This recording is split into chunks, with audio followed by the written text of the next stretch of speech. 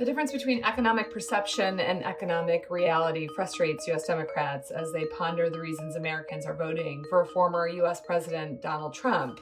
In reality, though, data out of states that matter to the 2024 election suggest that economics might be pushing voters away from Biden.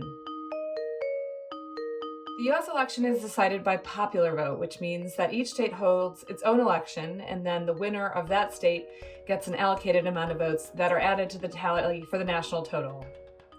In 2020, 7 states more or less decided the election, and if the election were to take place today, it'd be a toss-up as to which way these states would go.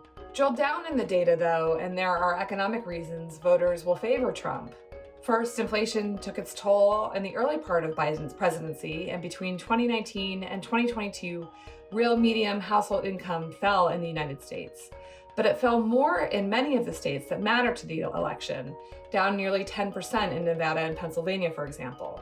Americans think of their wealth more broadly, too, and when adding housing into the picture, it looks even worse. The Atlanta Federal Reserve looks at affordability, which takes interest rates, housing prices, and incomes into account. In North Carolina, for example, nearly 50% of people's paychecks are going to putting a roof over their heads, up from a third in early 2019. Biden still has time to turn things around, and if interest rates fall next year, it could help if the economy picks up. Plus, people don't vote solely based on their economic interests. So people think of their financial positions very simply, and if election day rolls around and they feel poor, they'll inevitably blame the person currently in charge.